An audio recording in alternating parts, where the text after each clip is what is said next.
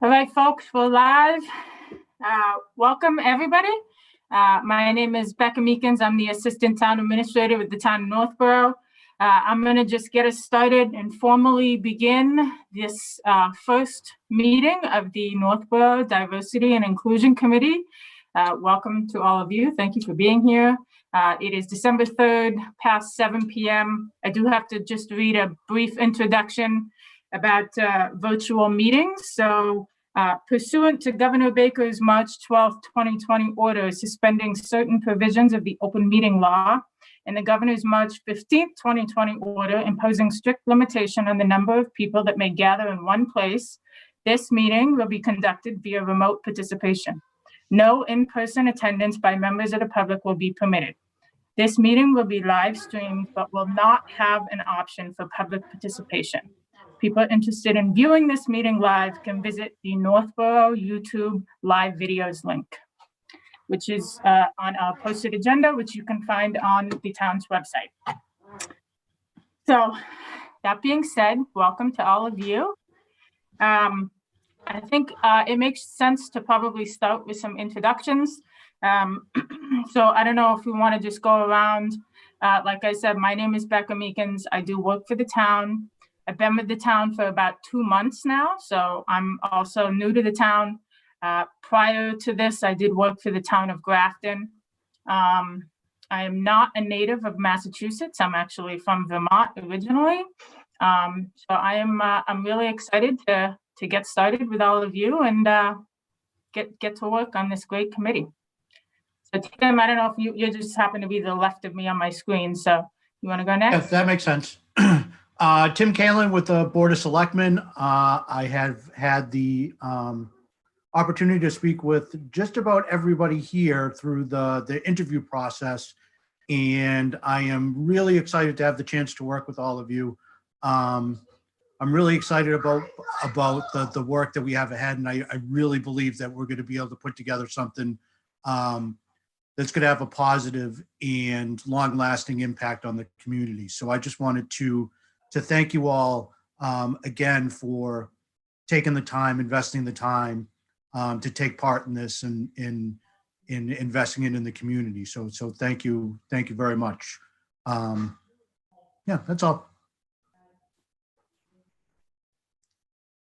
And Hamilton. Hi everyone, Hamilton. Been a Northborough resident for about 5 years now. Originally moved from Eastern Mass. Also serve on the Board of Trustees for the library.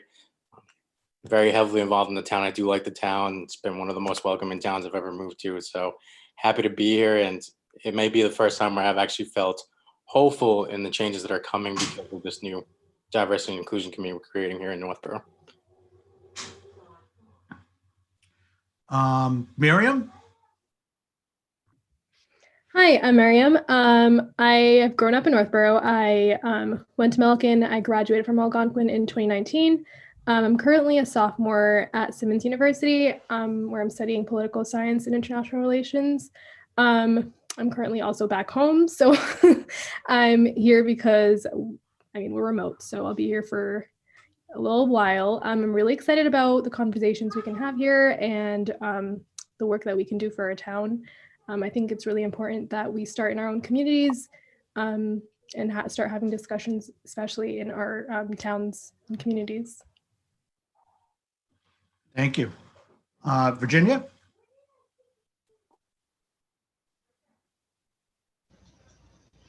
Hi, everybody. I'm Virginia Sims George. Been in Northborough a long time. Originally from Virginia and moved here from Springfield. A few years ago, met my husband. Most of you know him, Fred George, who's the town moderator. So I'm the better half. And I chair the personnel committee in the town of Northborough. I've been a library trustee, and I used to chair the community affairs committee. And I am by trade an HR professional, and I think that's just about it. Thank you. Looking forward to this. I'm actually representing the Council on Aging. I was asked to represent, be their representative, but I'm also very committed to the community because, as I said, I think I've been here over 30 years. So nice to be here. Thank you.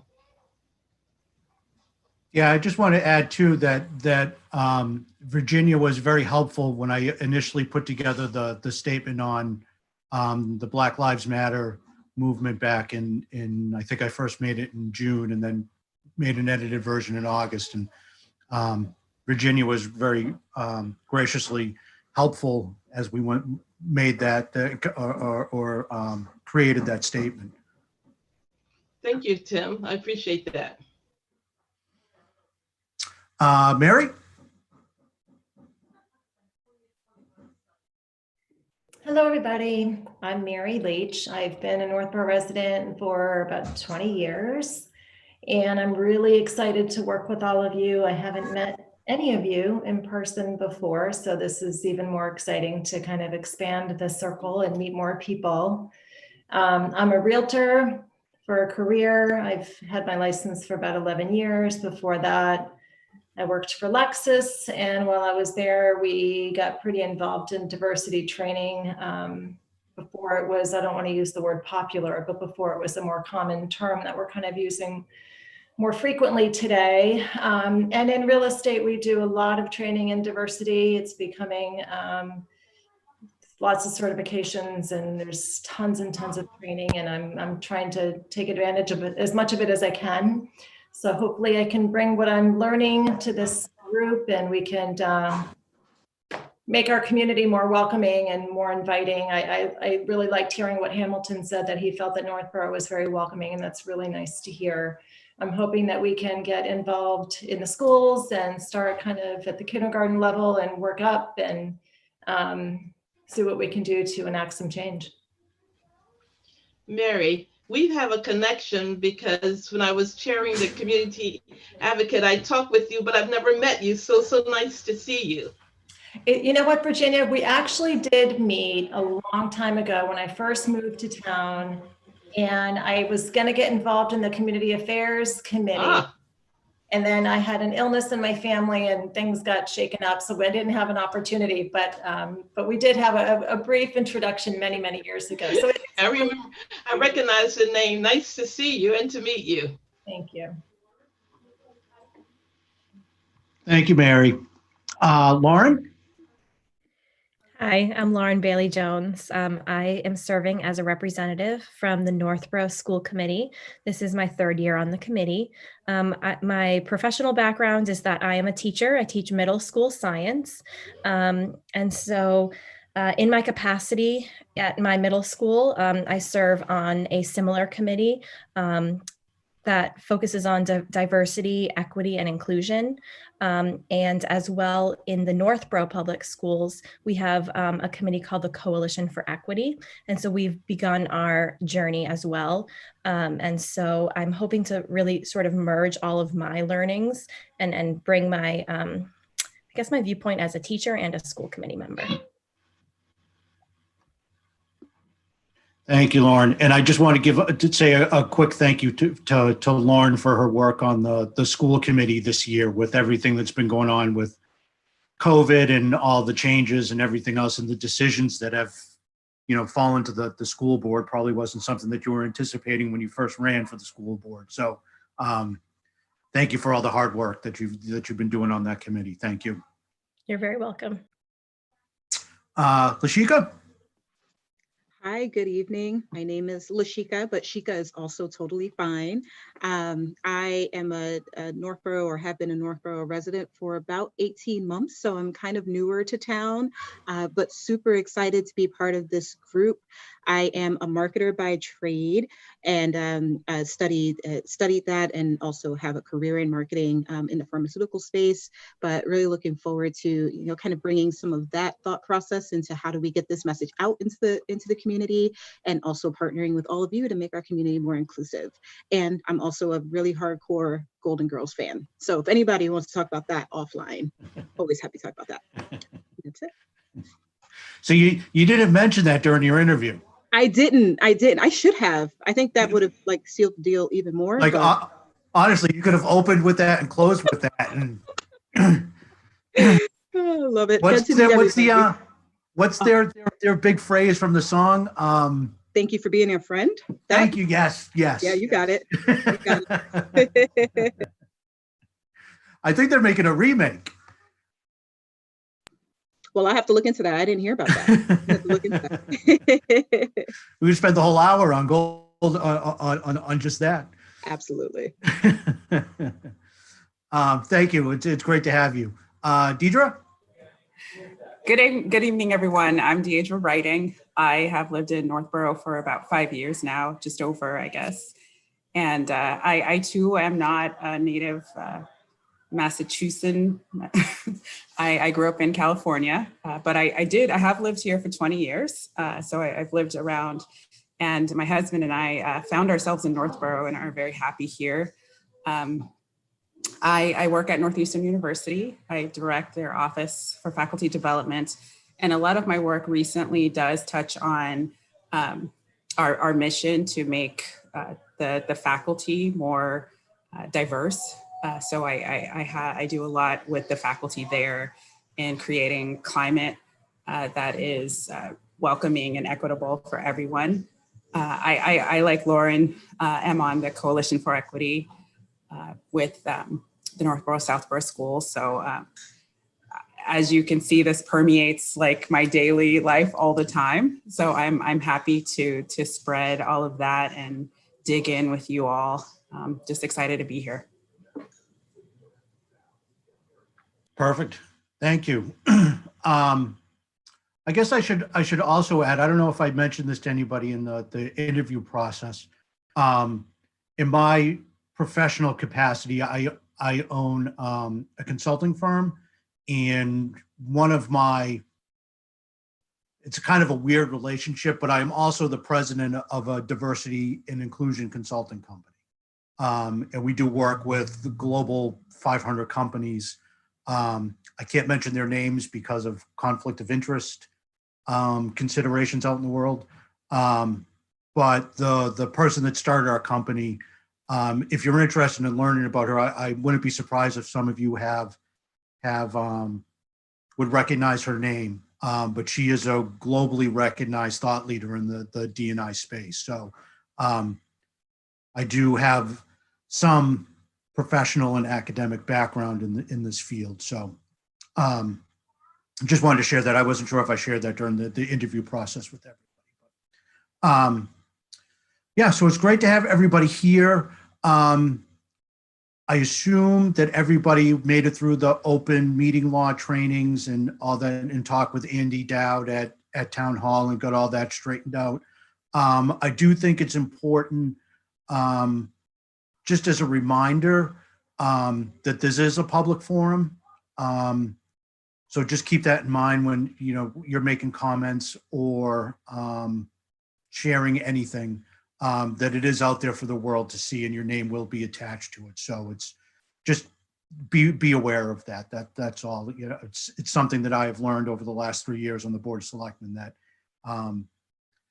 people can find out if what you say and when you said it. So so just keep that in mind. So I guess one of the things that I've been thinking about in regards to the committee is, and Becca has this on.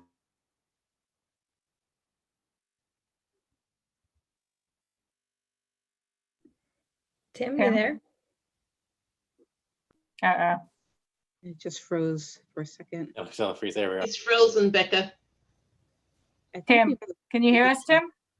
Yes, I'm sorry. Okay, we lost you for a second there. So you said Becca has this on the agenda, but I wanted to, and then at the most exciting moment, we lost you. The story of my life. No, about committee officers, having a chair committee. And I was just saying, to be honest with you, I don't know what the procedure is for doing that. Oh, okay, yeah.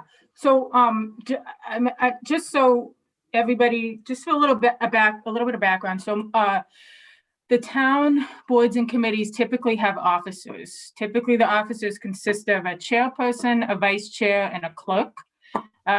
The roles of those positions are really the chairperson runs the meeting. So, make sure the agenda goes smoothly, that we, hit everything that we need to hit, that we stay on topic. And really takes the lead in developing the agendas, making sure that they get posted in a timely manner and so forth. Vice chair is basically the chair's backup. So if the chair, these days, it's if the chair loses connectivity, the vice chair has to step in. And then the clerk is responsible for taking minutes and making sure that the minutes are prepared for the next meeting to be voted on and accepted. So typically, the way I have done it in the past is if people are interested in serving one of those positions, just speak up. And if we don't have people interested, then I suppose we'd have to a serious round of rock, paper, scissors or something. I don't know. Hopefully someone is interested in each of the positions. So I guess we'll start with the chair. Is there anybody that is interested in taking on the chairperson role for this committee? I'm happy to do it, but I don't want to. If other people are interested, please feel free. I think you'd be great, Tim. What's that? I think you'd be excellent. Thank you. Thank you.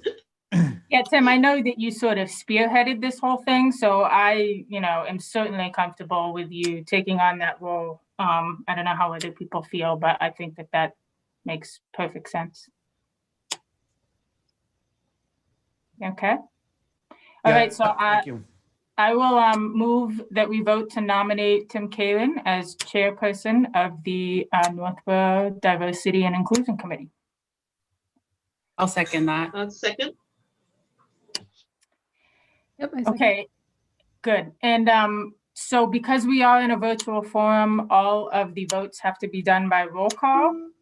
So for the roll call, I'll call out. And if you're in agreement, you just give us an aye. And if not, you give us a nay. So Hamilton? Hamilton Soriano, aye. Mary? Aye. Virginia? Aye. Miriam? Aye. Deirdre? Aye. Chica? Aye. And Lauren? Aye. Okay, Tim, congratulations. You are Thank officially you. the chairman. The burden is yours. No, I'm just Yes. kidding. We'll share it equally. My first task is to let all this newfound power go to my head. So for vice chair, is there anybody that's interested in that seat? I'm happy to go for that position. Okay, I will move that we vote to appoint Miriam as the vice chair of the Northborough Diversity and Inclusion Committee. Second? Okay, motion made and seconded. Roll call vote. Hamilton? Aye. Mary? Aye. Virginia? Aye. Lauren? Aye. Shika? Aye. And Deirdre? Aye. Okay, Miriam, congratulations. You are now second in charge. Lucky you. You get to work with Tim. Okay, so the final position is the clerk's position. So this is actually probably the position with the heaviest load, unfortunately, because it's a minute-taking role. The great thing about being in a virtual forum is that all of the meetings are recorded, so you don't have to take notes while we're, in the meeting. You can always go back and watch the videos anytime on YouTube. They're available all the time. So you don't feel pressured to, jot down everything when we're doing the work in the meetings. So is there anyone that wants to do that? Oh, go ahead. Can I just add one thing to that too? and just to make it sound a little bit less daunting, if you do become clerk, you can reach out to Diane Wackel, and I can send out an introduction email. She takes the notes for the Board of Selectmen meetings, and she does a great job. So it just needs to capture like the main points. It doesn't have to be detailed, but she does a really great job on it. And if you need help, just wrapping your arms around what they're supposed to look like, you can speak with her, and she'd be happy to. I'm speaking for her. I probably shouldn't, but I'm sure she would be happy to give you some pointers on the important points that need to be captured and in what detail. Absolutely. And I'm always happy to help people, and I am also happy to do the minutes as well, if no one else wants to. So I didn't mean to make it sound daunting, so thank you, Tim. I'm not trying to scare anybody away. I'm happy to do it. Mary? Okay. I'm happy to. Yeah, that would be great. All right. So I will move that we vote to appoint Mary as the Diversity and Inclusion Committee's clerk. Second. Motion made and seconded. Roll call vote. Hamilton? Aye. Miriam? Aye. Virginia? Aye. Lauren? Aye. Shika? Aye. And Deirdre? Aye. Okay, Mary, congratulations. Like Tim said, Diane would be happy to help, and I'm also happy to help, obviously. It's, the most important part is capturing the vote at the end of the day. And everything else is available 24/7 on YouTube anyway, so people can just go watch the meetings. Okay, so that being said, Tim, I'm going to hand it over. You are chair. It's now it's your meeting. Thank you very much. So I thought one of the first things that we could do is just review the committee charge. That is what was approved by the Board of Selectmen, and that's ultimately our deliverables as a committee. So just to review that, has everybody, or has anybody not had a chance to review that?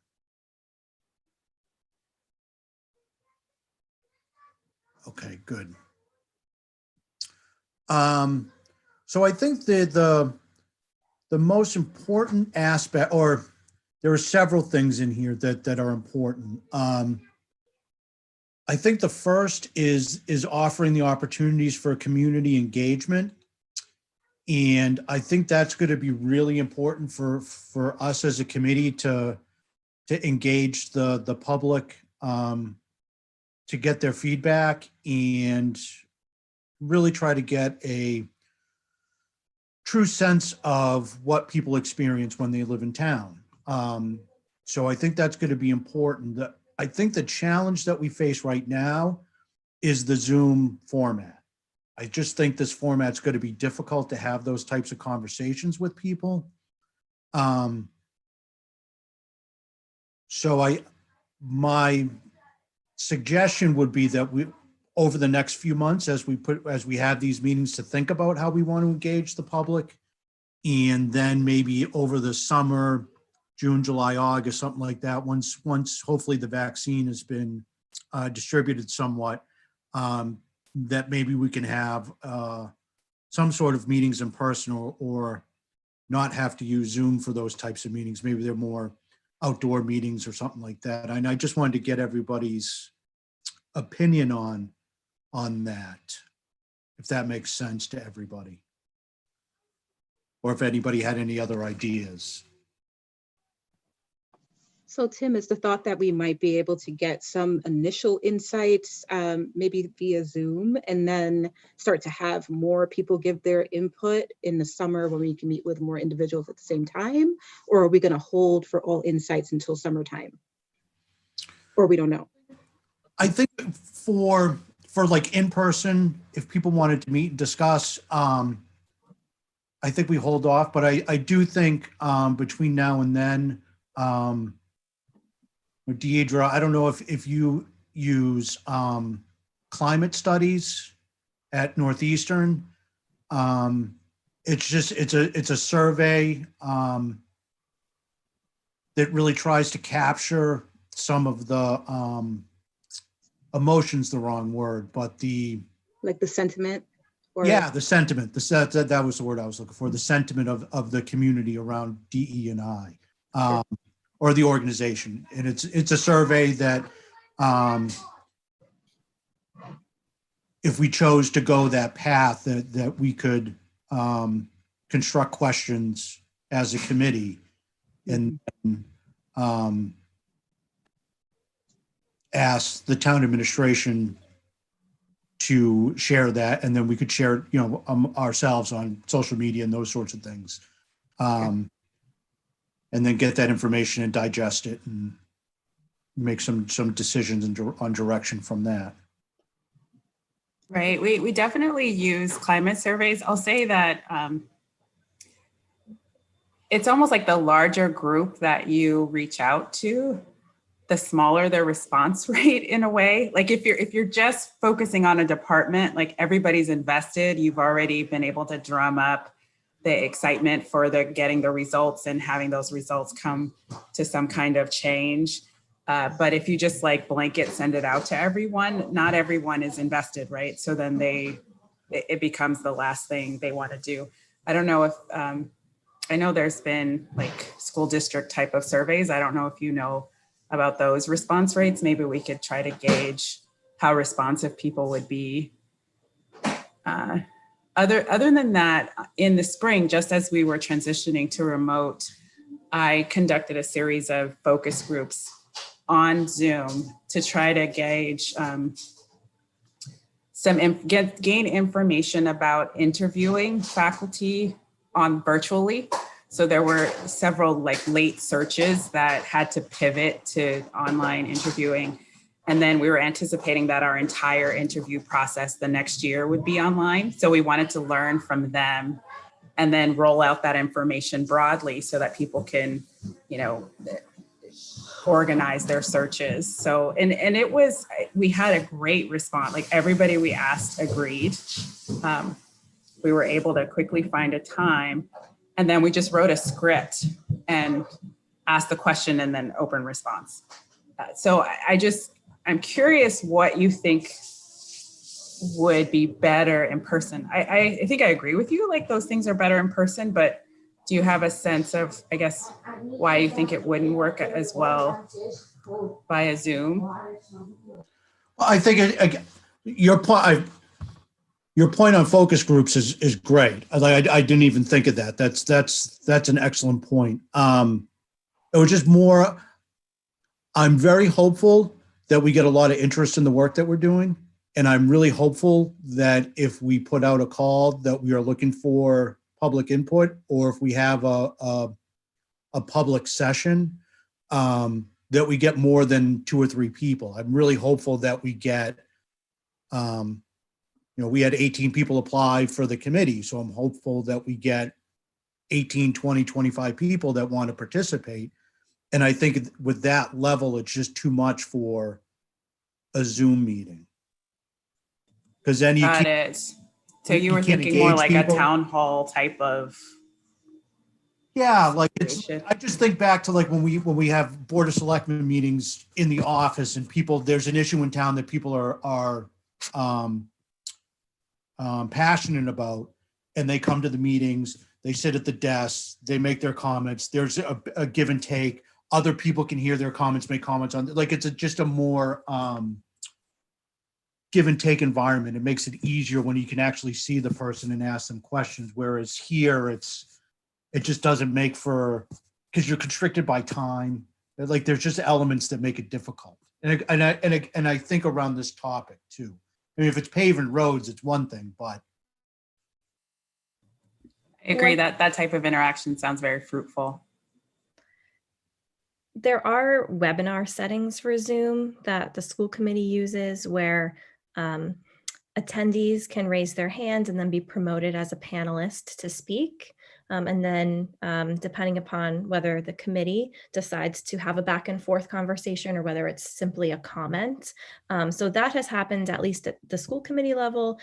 For the district I work in, this summer they had several forums that included the entire community when we were, answering questions about COVID and reopening schools. And it actually did seem to be pretty, it seemed to have a little bit of that back and forth dialogue. A teacher or a family member might ask a question to a board or a panel, and then they would, the best person suited to answer the question or to sort of converse in that dialogue would then sort of take that role.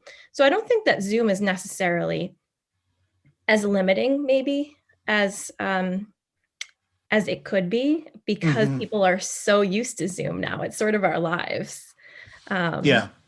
Yeah, so those are just sort of some of my thoughts of when it's actually been pretty successful. Yeah, and I don't think we need to make a decision on anything regarding that tonight. I think it's just important that that is something that we're gonna need to take on, and just for everybody to think about what they think the best way to do it is. And just to Deirdre's point, focus groups are great. I didn't even think of that. So that's focus group surveys in person, whether that's Zoom or at town hall, how that works, just thinking through how, what's the best way to engage the community so that we get the information that we need in order to make the best decisions that we can. And one strategy I think I would take is, I'm on LinkedIn. I made people aware of what we're doing here at the Diversity and Inclusion Committee of the town of Northborough. And I had an outpouring of just messages from people from Northborough that said, this is great. It's something that we want to sort of be involved in. So using the social media platforms to reach people that way, even if it's just written response, I think that could be helpful in this situation as well. Yeah, I agree with that. I agree. I think that's definitely an important part. I also think reaching out to the youth of Northborough, I know that I could probably name 10 out of my head, 10 people who would be interested in really being a part of this or engaging with this committee. Yeah, that's great. Because I think the more people that we can get involved, the more likely we'll have positive outcomes. Other thing. Go ahead. Go ahead, Julia. I was going to say the other thing about these other type of engagements is that those can really inform a survey. So like once we have a little bit of information and we want to know more, or we think we want to know more broadly, if those are like generalizable points. So starting with the survey is easier. I mean, the survey is easier when you have some material to start with. Yeah. Agreed. All right. So then the other thing is, as a committee, defining potential areas that we want to focus on. And I'm pretty sure that during everybody's interview, because I think most everybody asked what it is that we were going to do. My answer was not anything that we want to do, but I think it's up to this committee to decide the areas that we want to focus on. And again, that doesn't need to be decided tonight, but it probably does need to be decided at our next meeting. So we should plan on having a discussion around that for our next meeting. Because everybody's going to have different perspectives on where they think the needs are, and one isn't more important than the other. We just need to prioritize, and based on resources and time, what we can actually tackle. So Tim, in terms of timeline, when you say, we'll sort of figure out what our goal is next meeting, is this a long-term goal, a short-term goal? How often will our goals be reevaluated? And the charge of this committee, will this committee be the same members every year? Will those be changing? I think just more information on that might be helpful. Okay. I would, just tagging along with that, I also think we need to think, how often are we going to meet? How frequently are we going to do once a month? Are we going to do every 2 weeks? Just what's the strategy for getting together and organizing ourselves? I think would be helpful. And then you're saying next meeting, is that a month from now or 2 weeks? Right now we have meetings scheduled once a month. And like I said, during the interview process, as we move forward, if we want to add additional meetings, we can certainly, as long as it's okay with Becca and there's the capacity to do more meetings. It may not be Thursdays at 7. It may be another day of the week. There's some scheduling things with the town that we just have to be aware of. But if we wanted to meet twice a month, I'm certainly open to that, if that's what's needed to make sure that we meet our goals. Now, it's Thursday. We're here tonight. Can we settle on Thursday? Yeah, the monthly meetings will be Thursday. The once a month Okay. meeting will be Thursday at 7. But if we were to meet, like if we were to say, all right, once a month doesn't seem like it's enough, we need to meet twice a month, we might still meet on, and I'm just using this as an example, the first Thursday of the month and then the third Tuesday of the month. It might be different just because of scheduling and Zoom and everything else. It just may fall on a different day or at a different time. But again, that's up to us to decide. Would anyone be willing to change it from Thursday? This is the only day where I work, sort of the latest day. I hate to kind of bring it up during this meeting and be like, oh, me, right? Yeah, I had 10 minutes to prepare and then I came onto the meeting. So I don't know if anyone's open to changing it from a Thursday. It's the only day where I work late. If you, can we discuss that offline? You got it. Okay, thank you. And then as far as the goals go, what our main charge is to deliver recommendations to the Board of Selectmen in 12 months. So from a official standpoint, this committee only has a lifespan of 12 months. However, one of our recommendations could be that this committee become a permanent part of the committee structure in town. But just for the sake of this initial first step into this, it made sense when I was going through it for the committee to have a set lifespan with a specific tangible output at the end, because there was concern about, well, what are you going to do? You're just going to run around and mess everybody up and personnel and make all these decisions. And no, that's not the point. So this was a way to, for us to provide something tangible that then can be used to by the various boards and committees in town that have the authority to make specific changes, that they will move forward with those changes. And like I said, part of our recommendations could be that this committee become a permanent structure or permanent part of the committees. And then at that point, we probably have to hold interviews again. And then if people wanted to stay on the committee, you can stay on the committee. If people didn't want, if they didn't have the time or the capacity to, then, you've served your 12 months and, you just move on. So there's that aspect of things. But as far as the recommendations for the Board of Selectmen, that is why I shared with everybody that CREED model. When I was reading through that a few months ago and thinking about what we need to do here, it seemed like to me like a structured way for us to move forward, because you can start with like a big picture goal, like that common phrase, which is the C, and then move through each one. And it would just add structure. So that way, when we make the presentation to the Board of Selectmen, it's a structured presentation.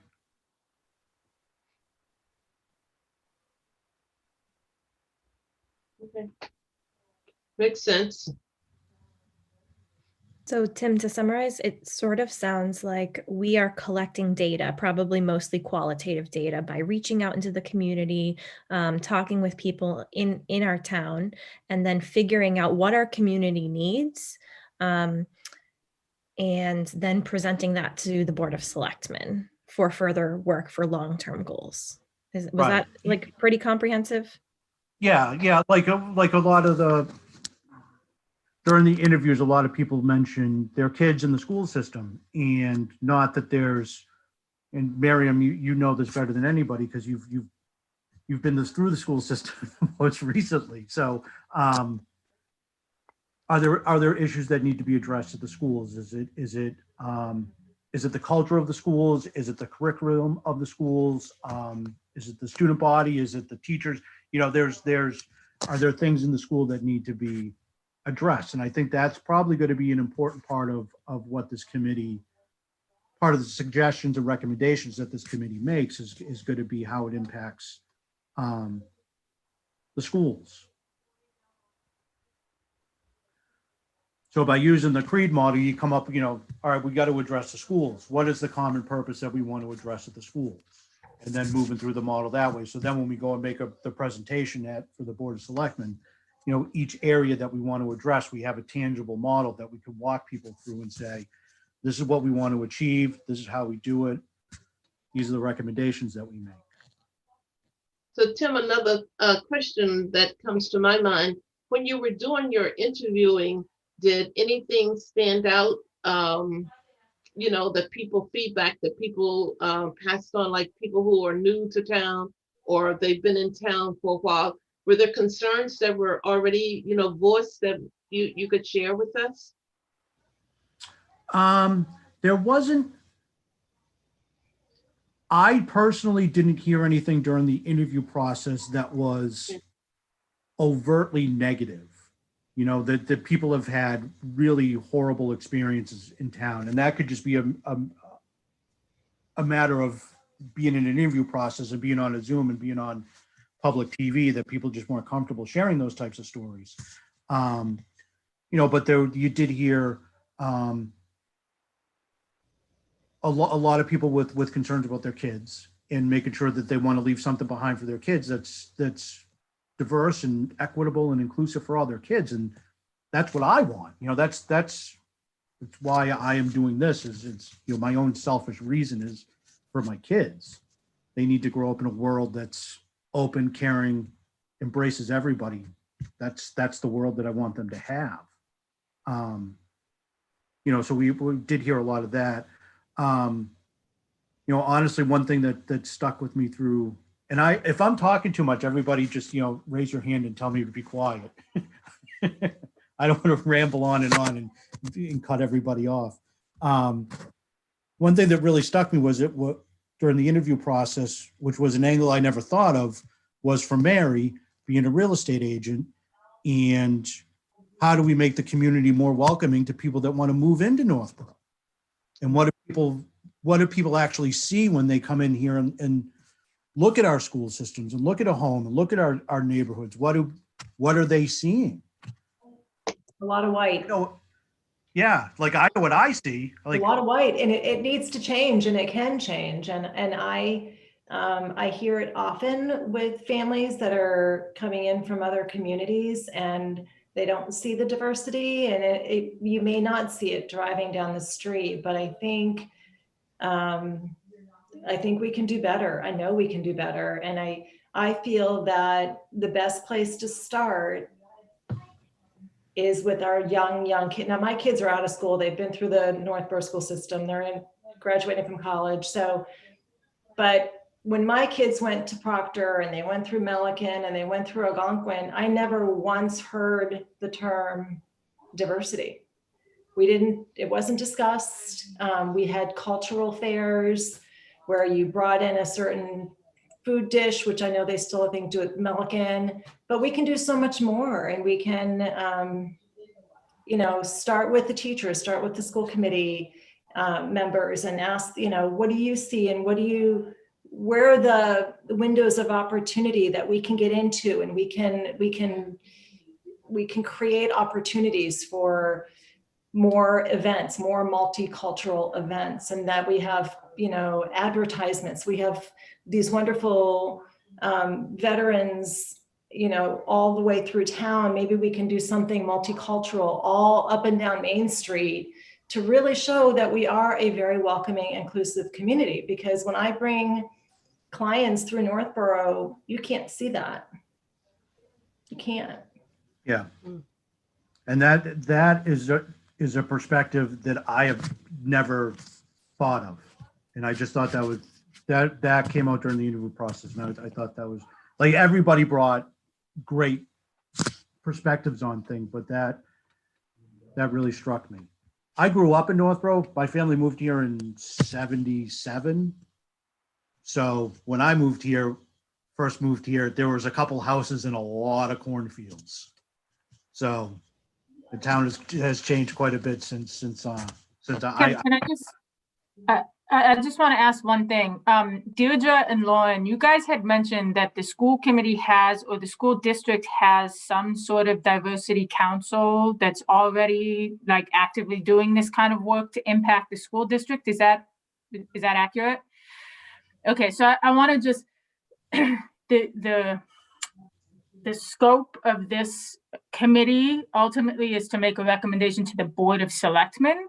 The Board of Selectmen doesn't manage the schools. That's the school committee. So I don't think that means that we shouldn't focus on the schools at all, but I'm wondering if maybe down the road, when we're further along figuring out what our goals are going to be as they relate to the schools, if it would make sense for us to have a meeting with that group to sort of, because I don't want to just spring a bunch of, I mean, I know, Lauren, you're going to be talking back and forth, but I don't want to just in 12 months, you know, spring something on the school committee when they already have this group that's doing this active work. So I think it probably makes sense down the road for us to connect with that group once we sort of figure out how is our work going to impact the schools, or will it impact the schools? What do we think they need? So I just want to point that out, because, you know, from my perspective, as somebody who works for the town, the things that I want to change are the things that town hall has control over. So, like, for me, the first thing that comes to mind is recruitment. And, like, are we getting candidates who are diverse? And right now, the answer is no. Like, across the board, no. We have no people of color in our public safety divisions. We have no women in our public safety divisions. And to me, it's shocking in this day and age, honestly, to not have a female police officer or firefighter or a person of color. So I think. Or anybody working in town hall that's a person of color. And yes, Virginia, that as well. And, you know, we're actively recruiting for police officers right now. I had interviews this past week. There were no women and no people of color in the candidate pool. That means nobody even applied. So one of the things that's important to me is, and Shika, I think this is where some of your skills might come in handy. How do we market ourselves as a community who values diversity? And how can we, because we have to figure out a way to pull these people in, to make these people see that this is a community that, you know, we want them to be a part of. Get it on the but school also, website. where do you recruit through? What avenues do you recruit through? Because there are people, you know, in different organizations where you can target advertising and try to identify candidates that would be willing to take your jobs. But if you have to consider that source. Yeah, absolutely. So, you know, that's just the tip of the iceberg, honestly. But I mean, you know, someone asked, like, what are the things that came up in the interview? And I didn't interview for this. I was kind of just you know, my boss just said, you got to go do that now. And I said, okay. But I'm excited to be here. But I just, you know, at least as someone who's in town hall and who's, you know, trying to manage the organization every day, that specifically is something that comes to mind. And then the other side of it is training for staff. I mean, that's huge. That's something we have direct control over. How, you know, what training can we require? What should we require? And so those are sort of two things that I want this committee to focus on a lot. We talked about that when we were drawing this thing up, Tim, about training and to put everybody through at least some basic training, using the conscious and unconscious training model. Yeah. Mary, you were going to say? Yeah, so I have a question, and this is what I had briefly touched upon during my interview as well, is I've looked at several school websites throughout the state of Massachusetts, and there are not many that mention diversity and inclusion on their homepage, and we're definitely one of those that does not mention it. The town of Wayland does a nice job of kind of getting it in your face. So if you're considering a move to a community and you're looking at the schools, which many people are looking at schools, we've got 32% of the households in the town of Northborough have children. So we know people are coming here and we've got great schools. It would be great to be able to show, I mean, if we have a diversity committee involved in the schools today, it would be so great to see that on our websites. On the, you know, the Northborough, Southborough schools should have a logo or a group of, you know, the multicolored hands and a circle or a heart or something that shows that we are an inclusive community and we're working to make that even better. If you go on the website today, it doesn't look like it's a priority, but it is. So I think, I don't know who's in charge of updating our websites and who manages what the content is, but I think that would be a great place to kind of have the top of our list, get that going, you know, show that. Andy Dowd. Andy could help us with that. Andy Dowd? Yeah, I think, you know, before, like these are all should be part of our recommendations when we get before the Board of Selectmen in 12 months. Like the one thing that I think we absolutely need to avoid is piecemealing. Yeah. And coming out every meeting like, we need to change this, and it needs to be changed. It's not to diminish the priority of it. It's just if we start nickel and diming everybody, it will slow the process down and will actually build up resentment. Whereas if we just make a comprehensive report at the end and say, these are all the things that we want to do, this is, we think it can be done, it will go over, it will be more cooperative, I think. Can I make a recommendation? And I don't, we can obviously discuss this, but I'm hearing that the three kind of silos, we're looking at schools, we're looking at town, and then we're looking at, and when I say town, I mean government, like local government, and then we're looking at community. And I think that those are kind of the three focus groups that we're going to have, and we're going to need to pull data. We're going to need to pull data from the community. We're going to need to pull data from the local government on staffing levels and things like that. And we're going to need to pull data from the school. So I'm wondering if there are people who have specific interests in either of those three pockets, if it makes sense to, or specific, you know, skill or background, if it makes sense to sort of put them in those pockets to try to figure out, you know, what's, you know, first of all, where are we at now and where do we want to be? And it's just a recommendation. I'm just trying to figure out kind of how to organize ourselves like around this huge concept and bring it to like a more data-driven, ultimately data-driven recommendation, because I think that's probably how we're going to be most effective in our message as a group. So I like that idea, Becca. I think earlier though, Tim had mentioned that maybe one of our maybe assignments or thoughts would be for us to think about what our focus really should be.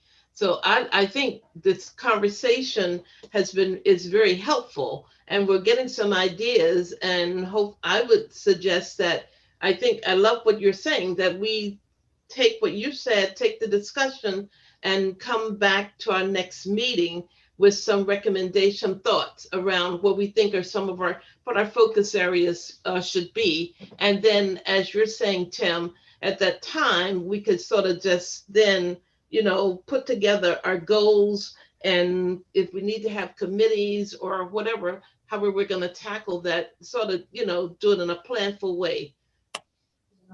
Yeah, I agree with that. And I also think too, that once everybody, once we organize the ideas and then we have a sense of the scope of the things that we'd like to accomplish. And I think at that point, Hamilton, to your question earlier, at that point, then we can make the determination if once a month is going to be enough, if we want to meet twice a month. So I think our next meeting, Virginia, that's a great summation of what we should be focused on for our next meeting. Yep.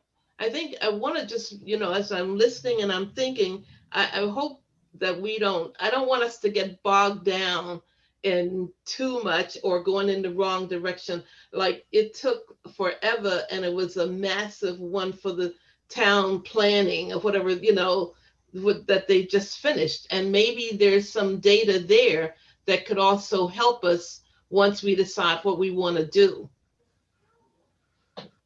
Yeah. Yes, I agree with that. And I think it's, as a brand new, never before existed committee, it's going to take us a couple meetings to get our footing. I think this has been a great start. I really do. I think it's excellent. But I think once we, organize our ideas, and then I think as we get more comfortable, we'll really be able to start to make some progress. So, what I failed to share when we started the introductions, that I chair the Assabet School Committee, and they're forming a diversity and inclusive council. We support them. We're one of the towns that are a part of that. Plus, MASC, which is the Massachusetts Association of School Committee, has a minority and diversity committee that helps and works with the schools as well. And I'm actually going to become chair of that committee. So we do have a linkage to the school through MASC.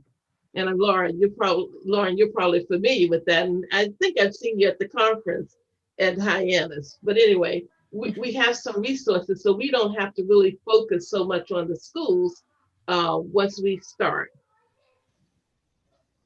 In Virginia, there's a conference tomorrow night, actually. Yes. So I will be there. Are you? Yes. Well, actually, I'm interviewing for the committee tomorrow night. So anyway, nice to see. There's so many. We didn't know we had a lot of connections, but I think as we talk, we'll find that we have some more than we know. So this is good. This is great. I think it's going to be. It's well needed. I've been pushing, as Tim knows, for us to do some things in town. So I have a lot of ideas, and I've been trying, quietly. Once, I don't know, when the Community Affairs Committee actually tried to do a multicultural Christmas holiday kind of event where we tried to recognize all the different cultures and everything. And it was so attended, but there was interest in everything. So we have like the Cultural Council over there that wants to do things. And, we have that committee. So I think we're going to find that we have a lot of leverage and we'll get a lot of support. Yes, I agree with that. That is everything that we had on the agenda for tonight. Did anybody have any questions or closing comments? Can I ask a question? Sure. And this is a question for the group, obviously. A lot of the discussion has been around race, and I think that's extremely valuable, but I want to make sure, or I guess ask, we're talking about like all forms of diversity, right? We're talking about like abilities, we're talking about gender, all that, right? Okay, I just wanted to clarify. I mean, I think race is a huge piece of it, but I don't want to lose sight of that either.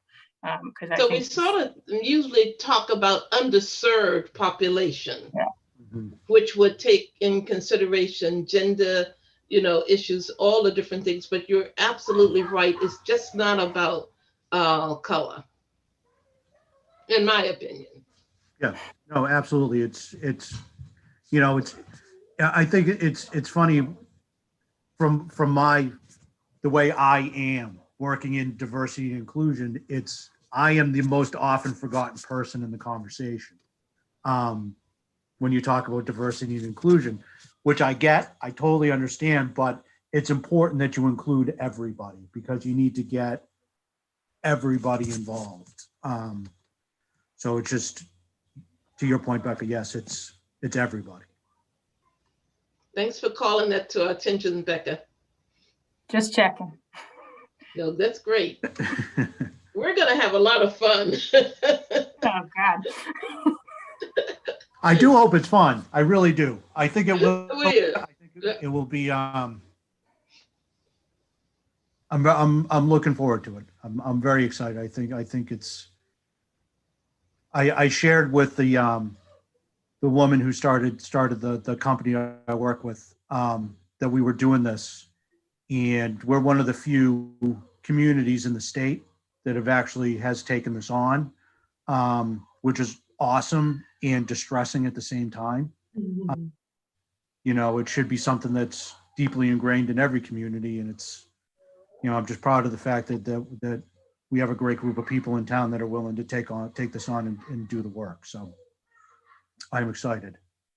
So next meeting we'll focus on if everybody can brainstorm on areas. Becca mentioned the 3 silos. I think that's a great idea on how to corral everything. So I think our next meeting will be focused on that. And then also making a decision on how often we want to meet. Sound good? Sounds good. Sounds great. Thank you. All right, perfect. Sounds great. Have a happy holiday, everybody. Yes, you too. I was just going to say, have a great holiday season. Everybody has my email address, so if anything comes up, if there's anything you want to discuss with me between now and the next meeting, just shoot me an email. Yeah, so have a great holiday, and we'll see everybody again next month. Thanks, everybody. Yeah, thank you. Great to meet everyone. Thank Nice to meet you. guys. Everybody. Take care. Take care now. Take care.